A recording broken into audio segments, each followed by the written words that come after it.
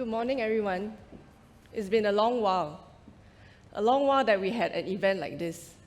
And I know many of you have been looking forward to this. I'm so glad that I can say that I'm among friends today. I've worked with quite a few of you, and we've worked on projects. And through a lot of BTS, well, Cynthia stepped out, a lot of blood, tears, and sweat, I'm very blessed. I must say that I've been very blessed. I've grown, our relationships have grown as we work together, grown from being a client vendor to becoming good friends. So I know we have a very diverse group today, a diverse group in our audience. We have urban planners and land management people. We have port operators and parks and greenery management, and utilities and transportation. But while we may all come from different industry sectors, what unites us today is the global trends that we see and hear, and we read about in the news, and how they would impact us as we face the challenges of tomorrow. We're experiencing global changes in our climate and environment. An organization incorporating ESG initiatives into their company goals and strategies also leads to a focus in our health and human services as companies review the social aspect of ESG. AI and analytics is growing in prevalence, and we're seeing companies use computing power to shorten the time to analyze and process large amounts of data. And we're seeing an elevated need to access data in real time, to work with real-time data analytics for enhanced situational awareness, improved monitoring, and more informed decision-making.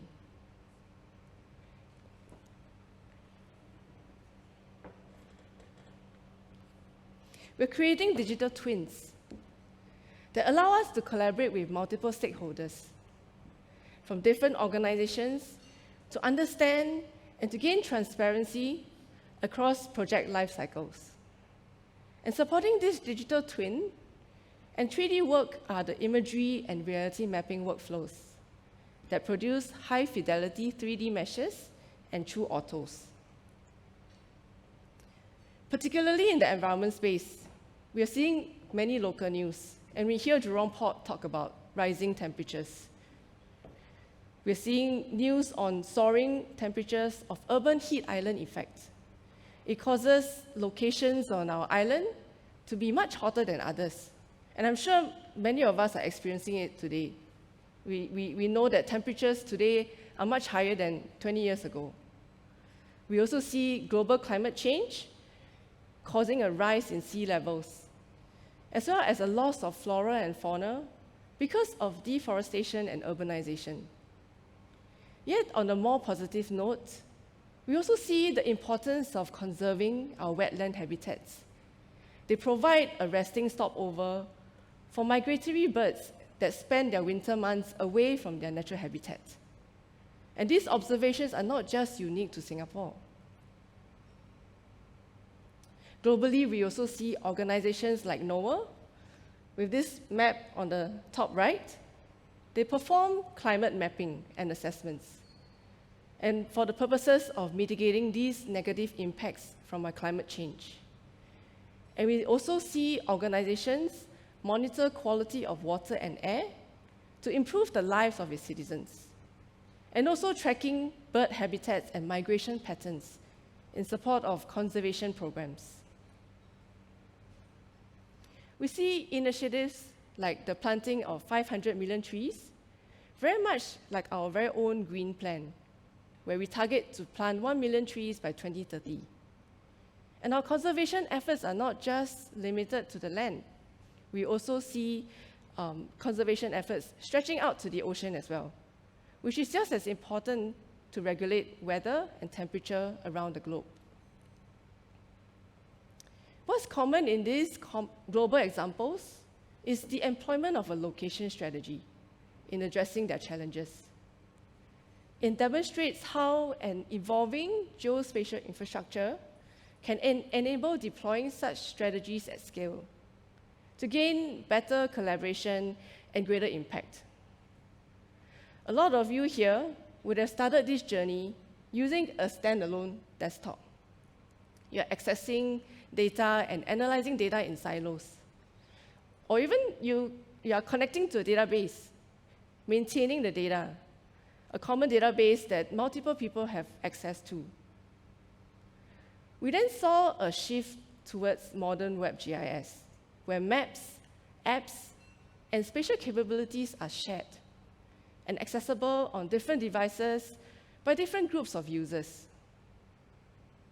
We now see a shift again towards a cloud-first infrastructure, improving the efficiencies because you do not need to wait for infrastructure to spin up. And this sets the stage. It sets the stage where inter-organization sharing and collaboration can happen. It sets the stage where we can tackle problems and challenges that span across multiple domains, and you can share data across organizations so everyone has a common operating picture to work off from. You have already seen how SLA, SingHealth, and Jurong Port have enabled their geospatial infrastructure to change the lives of their users. And you're going to hear PUB and URA do the same with theirs. But I know you're all excited to hear more user stories. We would also like to share on how ArcGIS as a system of systems and its wide array of applications can answer to these prevailing trends. So we kickstart today with Jurong Port, showing how they unify multiple real-time IoT devices to create their version of an operational digital twin. It helps them to improve the efficiencies of their port operations. And these devices, these real-time devices, can come from multiple different providers, but the single common factor that made it possible to enable a holistic view is location.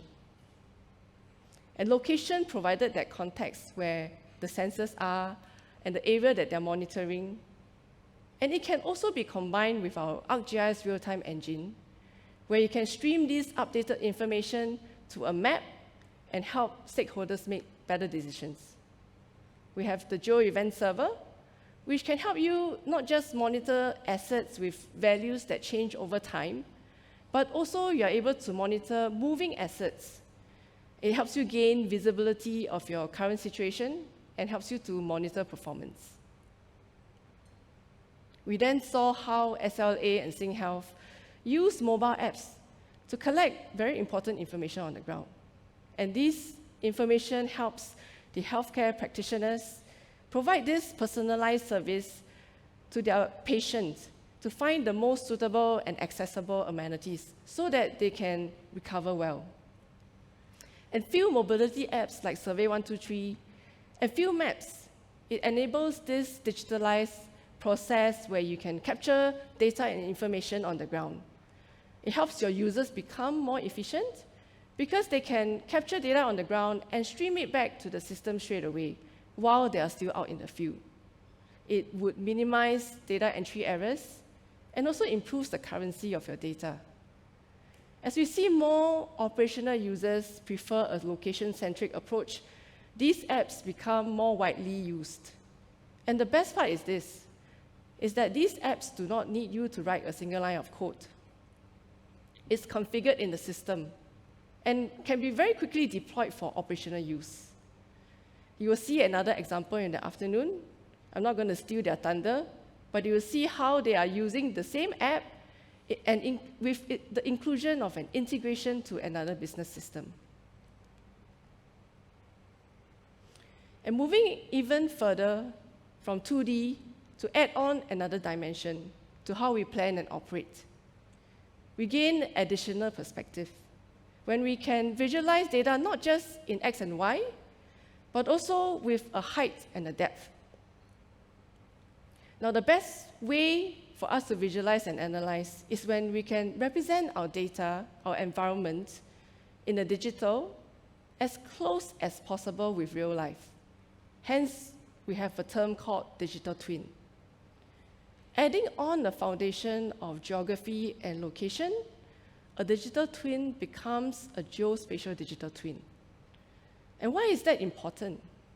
It's because it allows us to mesh up data from multiple sources in different formats and from different providers, and be able to overlay them in its correct location, as long as they use the same geographical standard.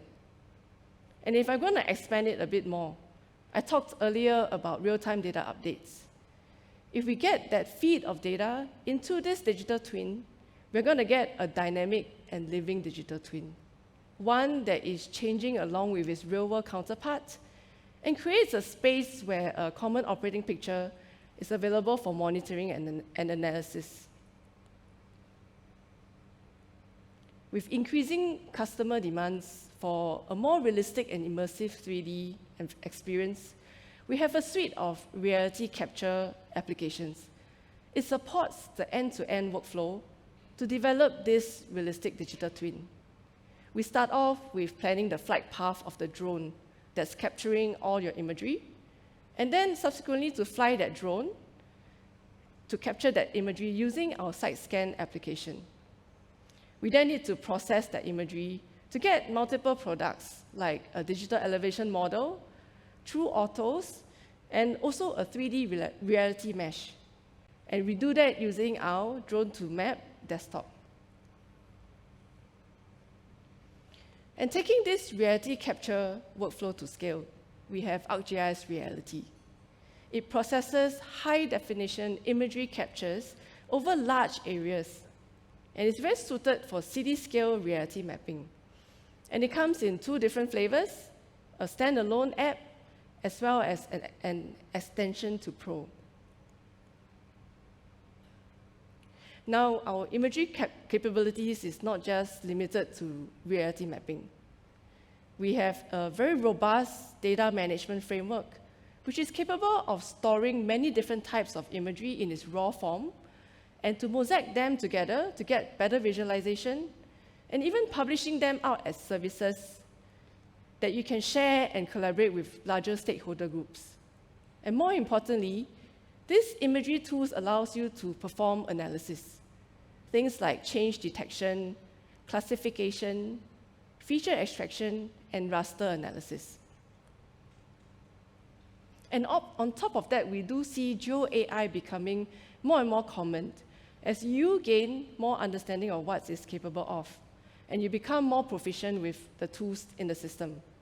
It would allow us to leverage on compute power that can sift through large amounts of data so that we can quickly identify areas of concern.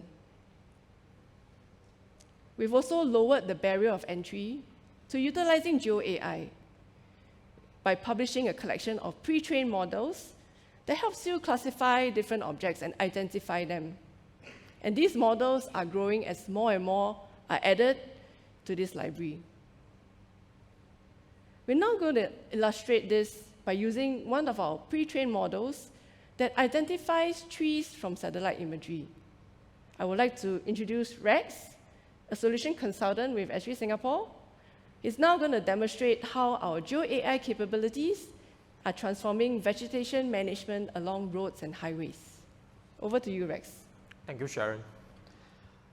So vegetation encroachment is a significant issue affecting road visibility in a lot of countries. It can cause misunderstanding and missed traffic queues, and result in increasing risk of accidents. And the current method of managing this issue is by regular inspection through driving hundreds of kilometers on the street and to perform visual inspection of every tree. So this is actually both time-consuming and labor-intensive, and definitely not supporting the proactive planning of trimming work. So by leveraging GIS and deep learning, we can revolutionize this process with minimal cost, time, and resources. And using the latest satellite imagery, we can automatically extract all the trees, vegetation, using a proximity of few meters around the road sign. And we can also classify them into different risk profile. So for example, here you can see high risk, which means encroachment is already happened, and urgent risk where vegetation are overlapping with the road sign. And so how do we manage to do this? So I will show you through ArcGIS Pro. And in fact, ArcGIS has a lot of deep learning tools to help you to train powerful extraction model from end to end without writing a single line of code. And to create deep learning models to extract trees, we need to provide the system some example of images with trees and of course labels of trees that we would like the model to extract. So generally speaking, a more diverse data set will create a more accurate model, and ArcGIS Pro allows us to perform this type of labeling very easily and support exporting these training labels into a variety of deep learning data formats. And since our imagery layers can be quite large, this process can also help us to divide our training data into smaller, more manageable chunks of both imagery and corresponding labels. So, and to perform training with ArcGIS Pro, we can simply do this by selecting from a list of available models, and then we can go to a different area and then run our previously trained model in order to automatically extract out the trees from the area of interest. And in fact, this is the same process to train other deep learning models in order to extract features like buildings, road, traffic lights, and so on. And this process enables users to either perform this type of end-to-end workflow from scratch or do so by getting pre-training model from the Living Atlas, as you're seeing here, or without writing a single line of code. And now, we know that we have a feature extracted. The next step is to determine the encroachment and understand the severity using proximity of road sign. So we can do this by running a near operations analysis from trees to nearby road sign, and then evaluating the different level of encroachment risk based on the distance.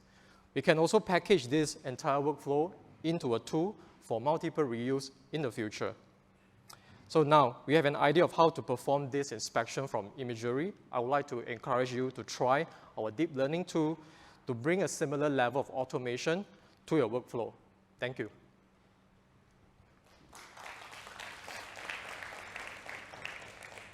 Thank you, Rex. Now, as we expand on this concept of raster and spatial analysis, we see that on top of GeoAI, there are also many other ways we can draw insights from raster data. We see the use of hotspot analysis that identifies increasing and decreasing trends. We also see how decisions are often made by multifaceted influences with different statistical weightages. A suitability modeler presents the ideal tool to overlay these factors together so that we can possibly identify maybe the best location to build or to set up a retail store or areas that we like to preserve. And as our environment gets increasingly urbanized, it becomes important for us to analyze potential impacts from pollutants or hazards. In this video here on the bottom right, you will see a simulation of a methanol plume. You see a simulation of a methanol plume radiating from the vessel.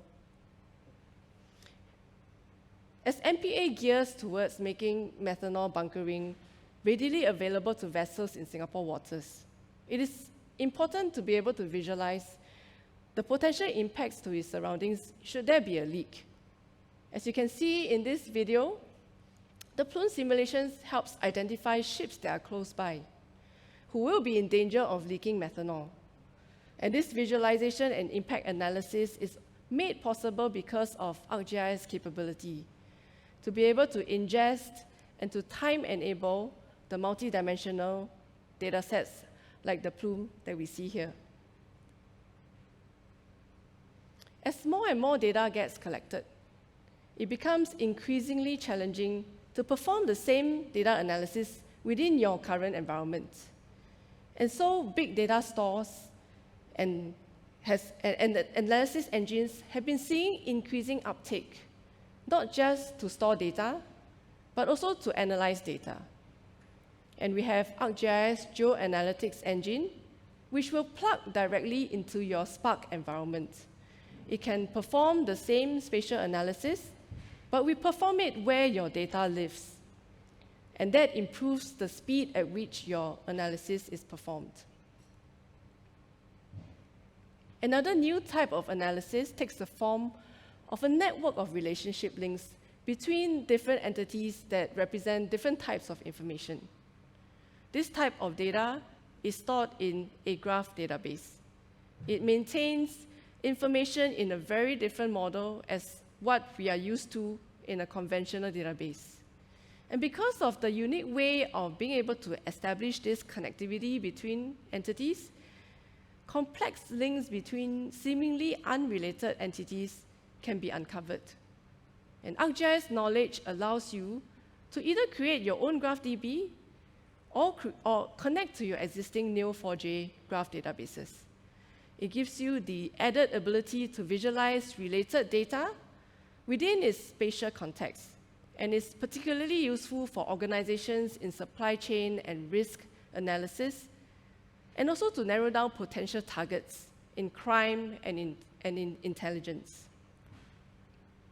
Let me now introduce Kai-Ying, who will demonstrate how ArcGIS knowledge can combine graph and spatial analysis to identify potential supply chain disruptions.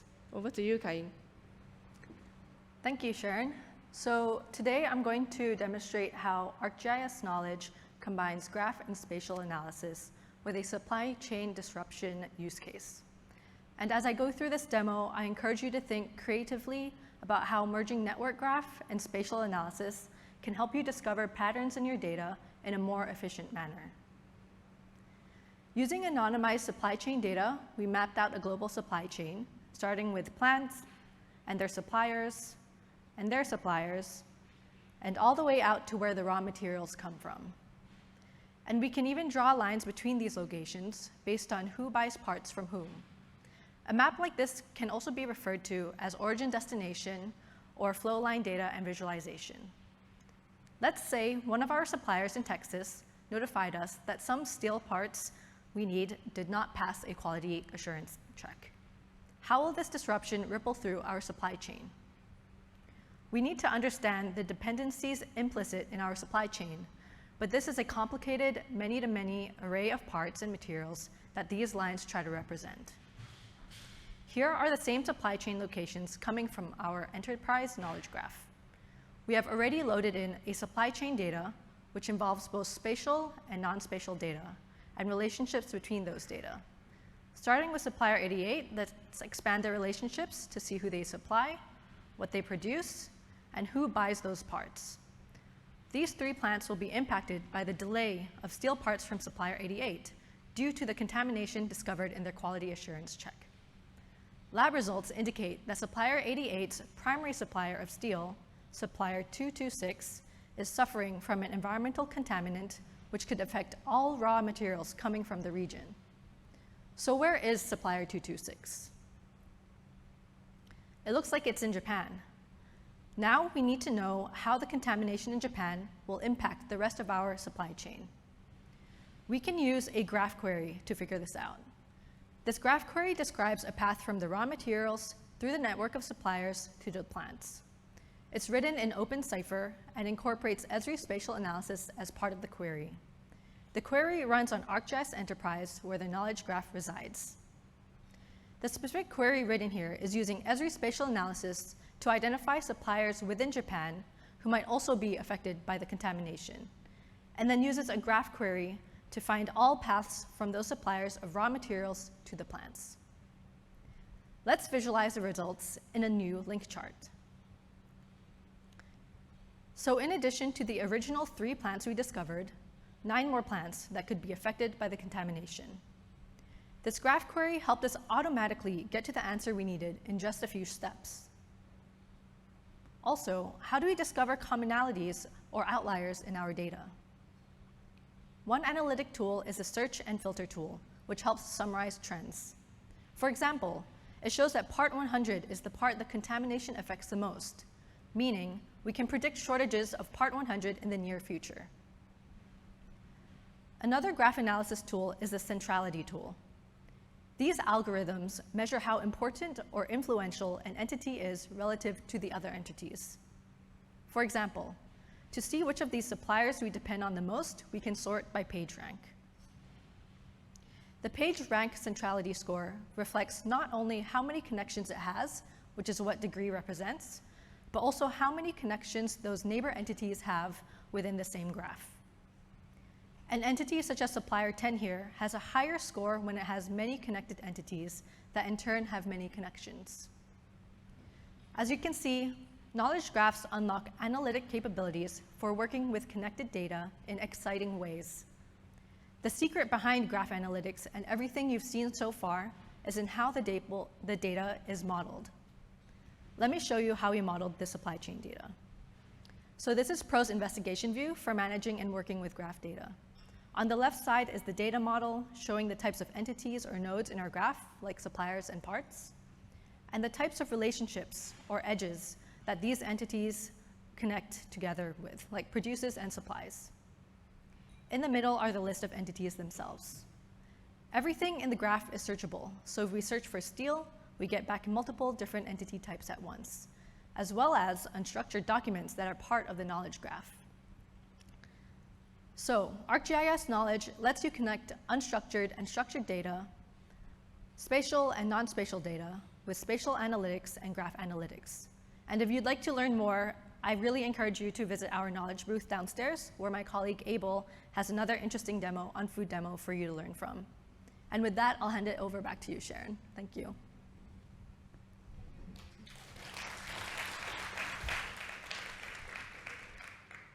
Thank you, Kain.